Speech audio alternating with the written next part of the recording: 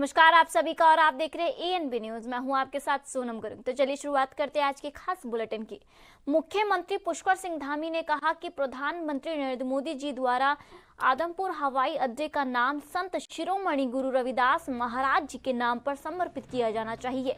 उनके महान विचारों, सामाजिक चेतना और मानवता के प्रति समर्पण को सच्ची श्रद्धांजलि है। संत रविदास जी की जयंती के पावन अवसर पर लिया गया ये निर्णय न केवल अत्यंत सराहनीय है बल्कि सामाजिक समरसता की दिशा में एक ऐतिहासिक कदम भी है। मुख्यमंत्री ने कहा कि संत रविदास जी ने अपने जीवन और विचारों के माध्यम से समानता, करुणा, सेवा और मानव मात्र के सम्मान का जो संदेश दिया वो आज भी समाज के लिए प्रेरणा स्रोत है।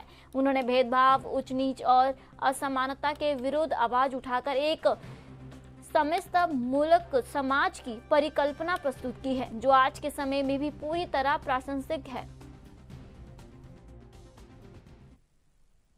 केंद्रीय वित्त मंत्री निर्मला सीतारमण द्वारा लगातार 9वीं बार प्रस्तुत किए गए केंद्रीय बजट 2026 को लेकर उत्तराखंड के मुख्यमंत्री पुष्कर सिंह धामी ने प्रधानमंत्री नरेंद्र मोदी और वित्त मंत्री का आभार जताया। मुख्यमंत्री ने कहा कि ये बजट भारत को आर्थिक महाशक्ति बनाने, लोकल से ग्लोबल की सोच को आगे बढ़ाने और हर वर्ग के उत्थान का मार्ग प्रशस्त करने वाला है। उन्होंने आगे बताया कि भारत आज दुनिया की चौथी सबसे बड़ी अर्थव्यवस्था बन चुका है और ये बजट उस उपलब्धि की ओर विस्तार देगा। जो मुख्यमंत्री ने आगे बताया कि बजट में पर्वतीय राज्यों की जरूरतों को विशेष रूप से ध्यान में रखा गया है। संचार, पर्यटन, कृषि, उद्योग, युवा और महिला सशक्तिकरण के लिए प्रावधान उत्तराखंड को नई गति देंगे। उन्होंने आगे बताया कि राज्यांश में वृद्धि के साथ उत्तराखंड को करीब 1850 करोड़ रुपए से अधिक अतिरिक्त राशि मिलेगी।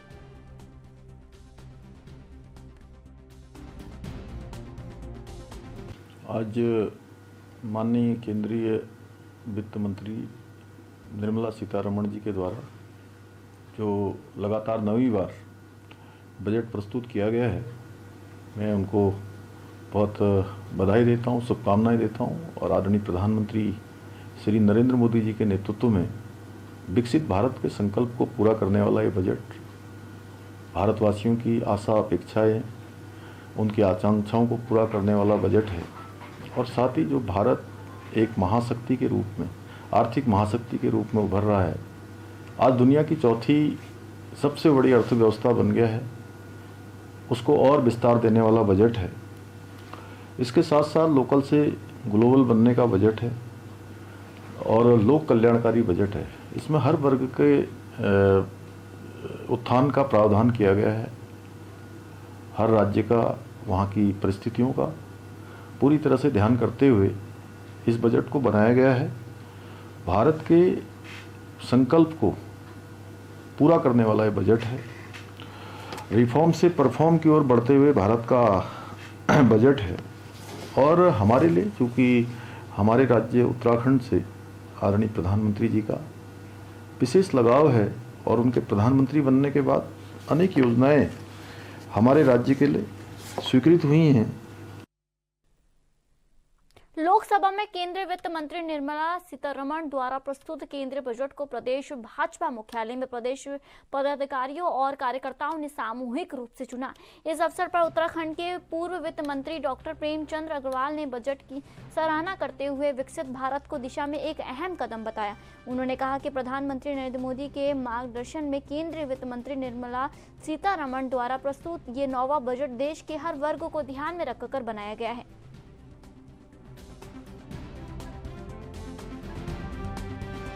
विकसित भारत की तरफ बढ़ता हुआ हमारा ये भारत के लिए बजट प्रस्तुत किया गया। और मैं ये भी कह सकता हूँ कि हर क्षेत्र में उन्होंने इसका ख्याल रखा है, चाहे वो मैन्युफैक्चरिंग का क्षेत्र हो, चाहे हमारा फार्मा इंडस्ट्री की बात हो, चाहे किसान की बात हो, चाहे युवा की बात हो, महिला की हो, और फिर चाहे आम आदमी की बात हो। तो मुझे ऐसा लगता है कि माननीय मोदी जी के मार्गदर्शन में जो बार बार हम लोग मांग करते थे कि देश तीसरी अर्थव्यवस्था की तरफ बढ़े, तो मुझे लगता है कि उस ओर भी ये बजट एक मील का पत्थर साबित होगा। और हम तो ये मांग ये मान के चल ही रहे हैं कि ये देश पहले की स्थिति में जो था, आप देखिए कंपैरिजन हम करें, पहले कभी हमारे यहाँ मोबाइल की मैन्युफैक्चरिंग यूनिट्स क्या थी, आज क्या स्थिति है, पहले सड़कों की क्या स्थिति थी, आज क्या है, कितना इंफ्रास्ट्रक्चर सिस्टम बढ़ा है, और सबसे बड़ी बात क्या है कि पूंजीगत व्यय इसमें ज़्यादा दिखाई देता है।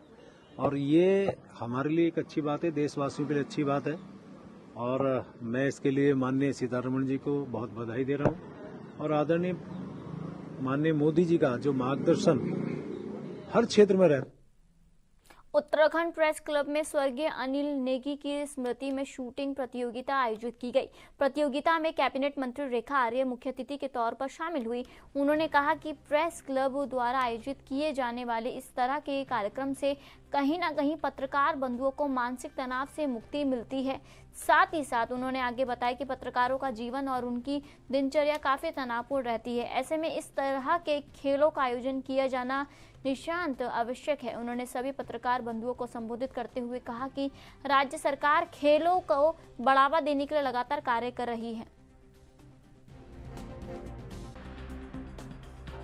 उत्तरांचल प्रेस क्लब के द्वारा सभी पत्रकार बंधुओं के द्वारा जो है आज बृहद स्तर पर श्री अनिल नेगी जी के आज उनको श्रद्धा सुमन अर्पित करने के परिप्रेक्ष्य में प्रतियोगिता जो है वो शूटिंग की आज आयोजित हुई और इस कार्यक्रम में मुझे आने का सौभाग्य प्राप्त हुआ।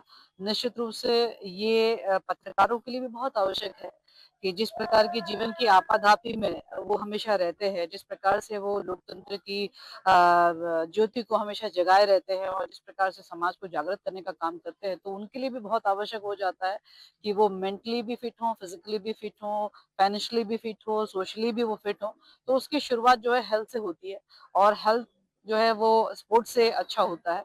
तो उन्होंने आज इसका संकेत दिया है, इसमें प्रतिभाग करते हुए उन्होंने शूटिंग करी है और लगातार कई प्रतियोगिताएं अन्य भी अब आयोजन होते रहेंगे। तो मेरी ओर से तो उनको बहुत शुभकामनाएं हैं और उनके द्वारा जो है कुछ मांगे भी मेरे समक्ष रखी गई है। निश्चित रूप से स्पोर्ट्स डिपार्टमेंट जो है उत्तरांचल प्रेस क्लब के मांगों के साथ में है। हम जहां कहीं भी चाहे संसाधन के रूप में हो, सहयोग के रूप में उनके साथ में खड़े हैं और मैं उन सभी से मैंने निवेदन भी करा है कि ये प्रतियोगिता केवल का एक अभिन्न अंग 1 घंटे के रूप में अपने स्वास्थ्य वर्धन के लिए जो है वह जरूर स्पोर्ट्स को अपने दिनचर्या का अहम हिस्सा बनाएं ताकि जो है वो हमेशा फिट रहें और एक फिट उत्तराखंड के निर्माण में जो है वो अपनी अहम भूमिका निभाएं। उत्तराखंड के पवित्र 4 धाम में इस साल सोशल मीडिया इन्फ्लुएंसरों पर प्रतिबंध लगाने की तैयारी की जा रही है। बद्री केदार, आपको बता दें, बद्री केदार मंदिर समिति के अध्यक्ष हेमंत त्रिवेदी ने बताया कि इन्फ्लुएंसर मुख्य रूप से रील बनाने के लिए यहां आते हैं, जिससे भीड़ बढ़ जाती है और तीर्थ यात्रियों को दर्शन में परेशानी होती है। इस समस्या के समाधान के लिए मंदिर समिति ने निर्णय लिया कि दर्शन के समय सभी मोबाइल फोन जमा कराए जाएंगे। इसके लिए समिति ने विशेष व्यवस्था बनाई है। इस कदम से तीर्थ यात्रियों की सुविधा और मंदिरों में भीड़ नियंत्रण सुनिश्चित की जाएगी।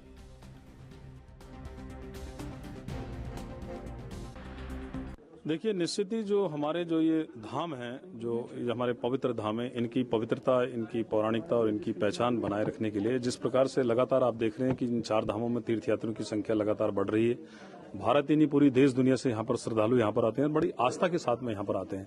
कुछ समय से आप देख रहे हैं कि जो ये रील और ब्लॉगर ये सिर्फ अपने व्यूअर के लिए एक पर्यटक स्थल उन्होंने इस तरह से तीर्थाटन को जो है, क्योंकि देखिए तीर्थाटन जो है सिर्फ ध्यान और साधना और भगवान के प्रति आस्था के लिए होता है और पर्यटक मनोरंजन के लिए होता है। कुछ लोगों ने जो रील और फोटोग्राफी और ये इस तरह का जो वहां पर इस तरह के कुछ लोगों का वहां पर लगातार जो है कि तेजी के साथ में वहां पर आवागमन हो रहा है, उसको लेकर अभी सरकार की पहली बैठक भी हुई थी। उस बैठक में भी ये निर्णय लिया गया कि पूर्णतः जो है कि हम जो है एक एरिया नोटिफाइड करके मंदिर परिक्षेत्र में एक एरिया नोटिफाइड करने के बाद उसके बाद में पूर्णतः जो है कि रील और मोबाइल और फोटोग्राफी स्ट्रिक्टली जो है कि इसको प्रतिबंधित करेंगे, क्योंकि उससे जो आने वाले जो श्रद्धालु हैं वहां पर, क्योंकि केदारनाथ जी के अंदर आप देखते हैं कि एक जो हमारा प्रांगण है मंदिर का, वहां पर एक लिमिटेड एरिया है और सारे जो श्रद्धालु आते हैं वो रील और फोटोग्राफी करने वालों के कारण वो लगातार वहां से लाइव चलाते हैं, लगातार वहां से जो है फोटो दिखाते हैं, सब जगह जो है ब्लॉगर जो है कि काफी समय तक वहां पर जो है कि वो समय व्यतीत करने के कारण क्या है कि वो सामान्य तीर्थयात्री जो है वो दर्शनों के लिए वंचित हो जाता है, वो डिस्टर्ब होता है।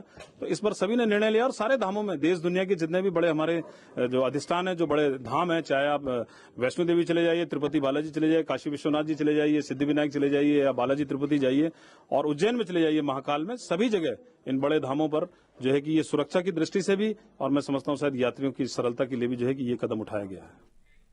प्रदेश के कृषि एवं ग्राम्य विकास मंत्री गणेश जोशी ने अपने कैंप कार्यालय में पार्टी पदाधिकारियों, कार्यकर्ताओं और क्षेत्रवासियों के साथ केंद्रीय बजट 2026-27 का लाइव प्रसारण सुना। इस अवसर पर मंत्री ने इसे विकसित भारत की दिशा में सर्वसमावेशी और विकासोन्मुखी बजट बताया है। उन्होंने कहा है कि ये बजट समाज के प्रत्येक वर्ग, गरीब, युवा, अन्नदाता और नारी के हितों को ध्यान में रखते हुए तैयार किया गया है। मंत्री ने बताया कि ये बजट नागरिकों को सशक्त बनाएगा और देश की विकास गति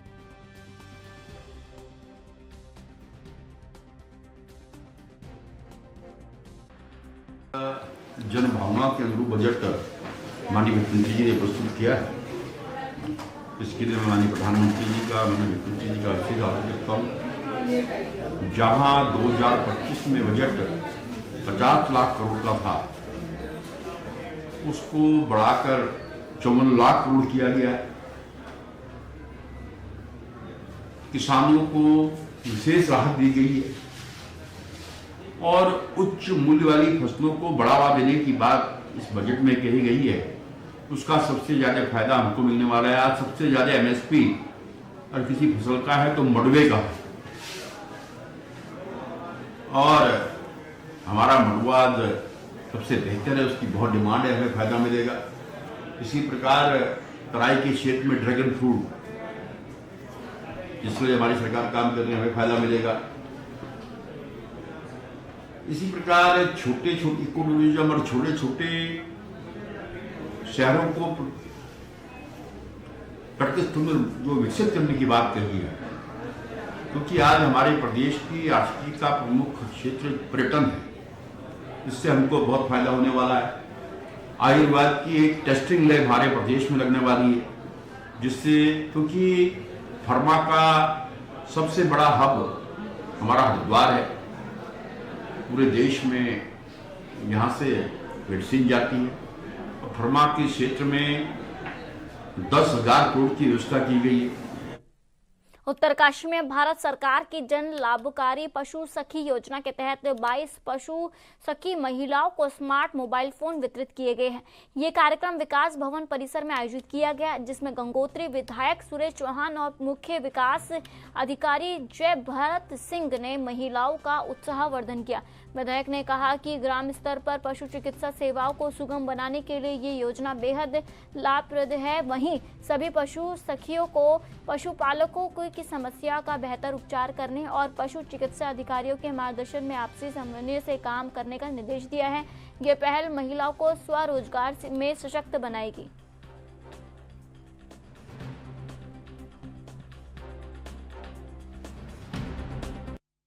योजना पशु सखी कार्यशाला में आज यहाँ पर मोबाइल वितरण का कार्यक्रम किया गया और हमारे सभी मुख्य विकास अधिकारी, पशु चिकित्सा अधिकारी, कृषि अधिकारी सभी और रीप के भी सभी जो पदाधिकारी हैं वो सब यहाँ पर रहे और तमाम जो पशु सखी बनी है, बड़ा उत्साह है और इनको जो है सरकार के द्वारा जो ट्रेनिंग दी गई है, कहीं ना कहीं जो पशु की चिंता जो हमारे सरकार ने की है लगातार, जो हमारे माननीय जो पशुपालन मंत्री हैं हमारे सौरभ बहुगुणा जी, उन्होंने की है और इससे कहीं ना कहीं आम जनमानस को लाभ मिलेगा। और बहुत सारी बड़ी बीमारियां होती है तो मोबाइल से सीधा जो हमारे डॉक्टर होते हैं ब्लॉक स्तर पर उनसे संपर्क करके या जो उनका केंद्र होता है उनसे संपर्क करके उन पशुओं को बचाया जाता है। तो ये बहुत बड़ी अच्छी स्कीम है, बहुत बड़ी पहल है। मैं सभी पशु सखियों को इस कार्यशाला में बहुत बहुत बधाई, शुभकामनाएं देता हूँ। नाम आराधना अवस्थी है। मैं ब्रह्मखाल की रहने वाली हूँ। मैं पशु सखी के पद पे कार्यरत कर रही हूँ पिछले 1 वर्ष से। तो सबसे पहले मैं ग्रामोत्थान दी परियोजना की मतलब तहे दिल से धन्यवाद देना चाहती हूँ कि इन्होंने मतलब हमको काम करने के लिए एंड्रॉइड फोन उपलब्ध करवाया इससे सर हमको मतलब काम करने में बहुत आसानी मिलेगी। हम अपना मतलब जो काम का जो एक पर्सनल वो होता है वो अपने पर्सनल फोन पे ना होके इस फोन पे अब करेंगे हम लोग। तो इसमें सर हमको फील्ड में वैक्सीनेशन के लिए जाना पड़ता है और कहीं कहीं मतलब लोगों को समझाना पड़ता है कि कैसे पशुओं को रखना है, कैसे उनका खाने पीने का, कैसे उसका रहन सहन का वो करना, प्रबंध करना।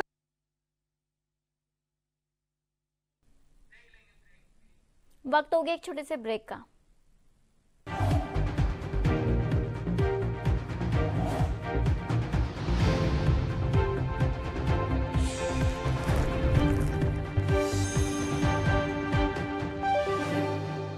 ब्रेक के बाद आप सभी का स्वागत है और आप देख रहे हैं ENB न्यूज। बढ़ते अगली खबर की ओर। उत्तराखंड कांग्रेस ने आगामी विधानसभा चुनाव की तैयारियां शुरू कर दी हैं। संगठन महामंत्री राजेंद्र भंडारी ने बताया कि सभी विधानसभा सीटों के लिए BLA 1 की नियुक्ति पूरी हो गई है, जबकि पोलिंग बूथ के लिए BLA 2 की नियुक्ति भी लगभग पूरी होने वाली है। प्रदेश में 11,733 पोलिंग बूथों के लिए ये प्रक्रिया एक सप्ताह में पूरे हो जाएगी। इसके बाद हर 5 पोलिंग बूथ पर एक सेक्टर बनाया जाएगा, जिसमें 10 लोगों की टीम तैनात होगी। ये रणनीति कांग्रेस को संगठन मजबूत करने और चुनाव में बेहतर प्रदर्शन सुनिश्चित करने में मदद करेगी।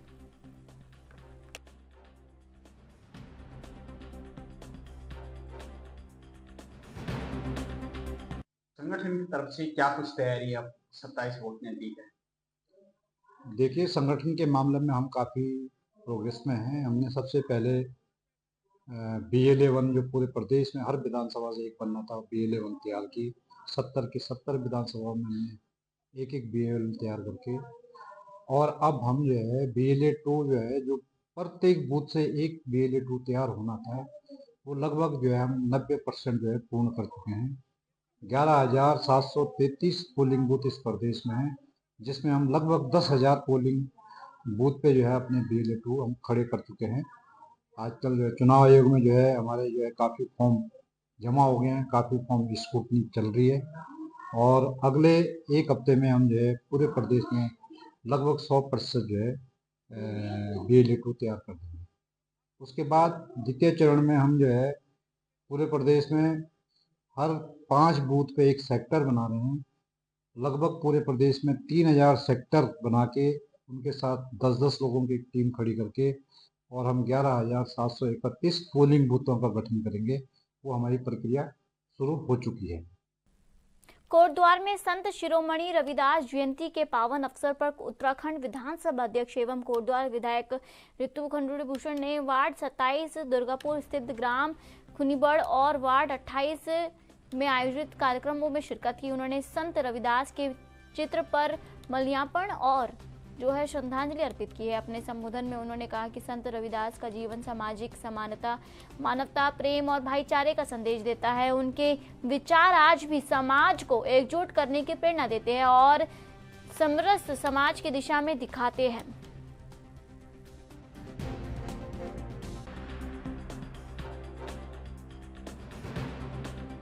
संत रविदास आप लोग जानते हैं भक्ति मूवमेंट के समय के संत हैं और हम सबको लगातार प्रेरित करते रहे हैं। हम सबको समाज को किस तरह से एक रखना है, समाज को किस तरह से सुव्यवस्थित रखना है, समाज को और आगे विकसित कैसा करना है, हम सबको उस चीज़ की चिंता करनी चाहिए। और जब हम ऐसे कार्यक्रमों में एक दूसरे के साथ बैठते हैं, एक दूसरे के साथ मिलते हैं, एक दूसरे को सुनते हैं, तो आपस की चीज़ों को जानने का मौका मिलता है। ऋषिकेश से क्रिकेट जगत से जुड़ी बड़ी प्रतिक्रिया सामने आई है। विराट कोहली के बचपन के कोच राजकुमार शर्मा ने ICC mains T20 world cup 2026 में भारत के खिलाफ मैच के बहिष्कार पर पाकिस्तान की कड़ी आलोचना की है। उन्होंने इसे बेहद दुर्भाग्यपूर्ण और राजनीतिक फैसला बताया है। राजकुमार शर्मा का कहना है कि इस फैसले से पाकिस्तान क्रिकेट को भारी नुकसान उठाना पड़ सकता है। उन्होंने चेतावनी दी है कि अगर ICC ने इस मामले में सख्त कार्रवाई की तो पाकिस्तान क्रिकेट बोर्ड को गंभीर आर्थिक और खेल संबंधी नुकसान झेलना पड़ेगा। बयान के बाद क्रिकेट जगत में बहस तेज हो गई है। बहुत अनफॉर्चुनेट है और ये बड़ा ही अजीब सा फैसला है पाकिस्तान का अभी तक उन्होंने रिएक्ट नहीं किया था। पहले बांग्लादेश के फेवर में उन्होंने वोट किया कि बांग्लादेश को भारत में नहीं आना चाहिए, नहीं खेलना चाहिए, और अब उन्होंने खुद भी बैकआउट करने की बात की है। तो ये बहुत अनफॉर्चुनेट है और इससे बहुत नुकसान उठाना पड़ेगा पाकिस्तान को और पाकिस्तान के अवाम को, जो कि देखना चाहते हैं भारत के खिलाफ मैच खेलते हुए अपने प्लेयर्स को।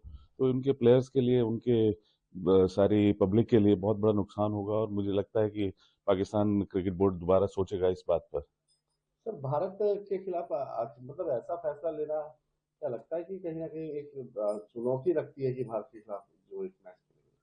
देखिए, क्रिकेटिंग उसमें देखें तो भारत बहुत ऊपर है पाकिस्तान से कंपटीशन में, अगर आप देखें, लेकिन ये पॉलिटिकल फैसला है, तो इसमें मतलब उनको सोचना चाहिए कि आईसीसी अगर उन पर कोई एक्शन लेगी तो पाकिस्तान बोर्ड को बहुत नुकसान होने वाला है और मुझे पूरा भरोसा है कि वो दोबारा सोचेंगे अपने इस डिसीजन के बारे में। अंकिता हत्याकांड मामले में सरकार और जांच एजेंसियों की भूमिका पर गंभीर सवाल उठाए गए हैं। संयुक्त मंच की संयोजक कमला पंत ने कहा कि असली मुद्दा ये है कि सामने आए नामों की जांच क्यों नहीं हो रही है। वहीं 2 चेहरे वीडियो और ऑडियो में स्पष्ट है, लेकिन कार्रवाई नहीं हुई है। उन्होंने कहा कि 20 दिन में अधिक हो गए हैं पर सीबीआई जांच की कोई जानकारी सार्वजनिक नहीं की है। कानून सभी के लिए समान होना चाहिए, चाहे कोई मुख्यमंत्री हो या आम नागरिक हो।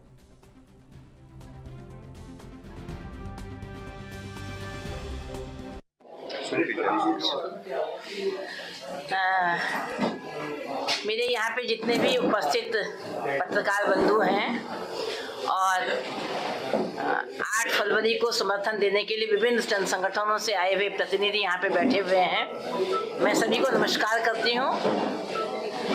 और आज हम मीडिया के माध्यम से जनता तक अपनी आवाज़ को पहुंचाना चाहते हैं और हम आपको ये बताना चाहते हैं कि अंकिता न्याय यात्रा संयुक्त संघर्ष मंच की ओर से आज ये बैठक का आह्वान किया गया था, जिसमें राज्य के तमाम जन संगठनों ने भरपूर भागीदारी की है। विभिन्न संगठनों के प्रतिनिधि यहाँ पे पहुंचे हुए हैं और आपके माध्यम से हम ये बताना चाहते हैं कि 8 तारीख के जो महापंचायत है उसको सफल बनाने के लिए तमाम लोगों ने अपने विचार अभी यहाँ पे रखे हैं और हम लोग यहाँ पे बैठ के 8 तारीख के पूरे कार्यक्रम की रूपरेखा तैयार करेंगे, जो कि मैं अभी आपके बीच में नहीं रख सकती हूँ। लेकिन 8 तारीख का जो पूरी महापंचायत है, जिसमें उत्तराखंड से तो लोग आएंगे ही आएंगे, उसके बाद साथ साथ हमारे प्रवासी प्रतिनिधि भी इसमें भागीदारी लेंगे। ये मैं आपके माध्यम से जानकारी देना चाहती हूँ। और यहाँ पे ये आह्वान किया गया है कि प्रत्येक घर से एक व्यक्ति अंकिता को न्याय दिलाने के लिए इस जो अंकिता न्याय यात्रा। तीर्थ नगरी हरिद्वार को साफ सुथरा और सुंदर बनाए रखने के लिए सीएम के निर्देशानुसार स्वच्छता को जन आंदोलन का रूप दिया गया। पिछले 3 माह से शहर, कस्बों और ग्रामीण क्षेत्रों में व्यापक सफाई अभियान चल रहा है। इसी क्रम में मैदराबाद क्षेत्र में मुख्य विकास अधिकारी, आपको बता दें, ललित नारायण मिश्रा के नेतृत्व में विशेष स्वच्छता अभियान आयोजित किया गया। अभियान ने स्थानीय नागरिकों, जनप्रतिनिधियों, पंचायत सदस्यों, स्वयंसेवी संगठनों और अधिकारियों, कर्मचारियों ने बढ़ चढ़कर हिस्सा लिया। ये पहल हरिद्वार को स्वच्छ और सुरक्षित बनाने की दिशा में महत्वपूर्ण कदम साबित हो रहा है।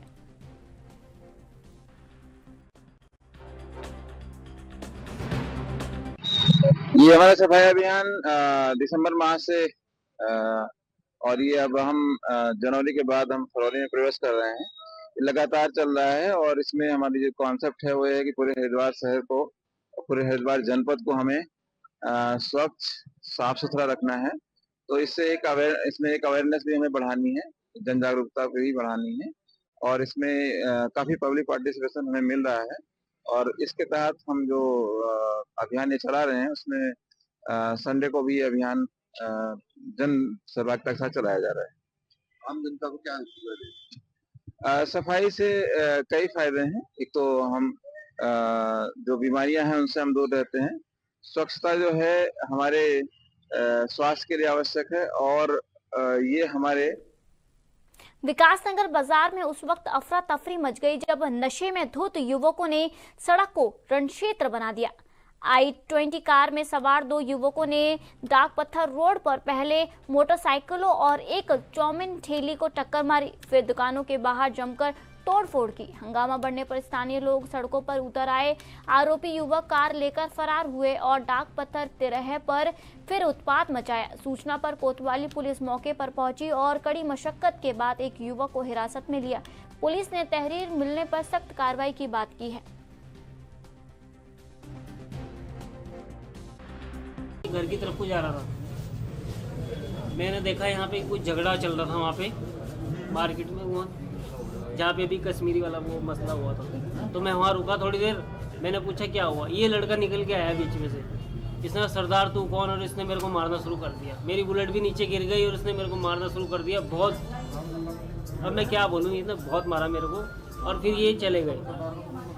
तब मैंने कॉल भी 100 नंबर पे भी कॉल किया, अपने दोस्तों को ही फ़ोन करा, फिर पुलिस वाले भी आए, उन्होंने बोला हमने गाड़ी पकड़ ली है। तब वहाँ पे गए हम, वहाँ पे तब इसने मेरे को वहाँ पे भी पकड़ लिया और कम से कम 50 मीटर ये मेरे पीछे भी भागा है। अगर इसके हाथ में हथियार होता तो मेरा मर्डर हो जाता है। इसने ना तो शराब पी हुई ना भांग पी हुई, इसने कोई गलत नशा करा हुआ है ऐसा, इसको समझ ही नहीं है कुछ बंदे को कि मैं क्या कर रहा हूँ क्या नहीं कर रहा हूँ। क्या कहना चाहेंगे प्रशासन से ये ऐसे लोगों के बारे में? नहीं, ये तो बहुत गंदा नशा कर रखा है इसने भाई जी। इसके हाथ में हथियार होता तो मैं जिंदा नहीं होता है। तो क्या चाहते हैं अब आप? बस आम आदमी है, बस वो मिलनी चाहिए इनको सख्त सख्त। रोड पे 3 युवक जो आपस में लड़ाई झगड़ा कर रहे थे, वो शराब के नशे में भी थे।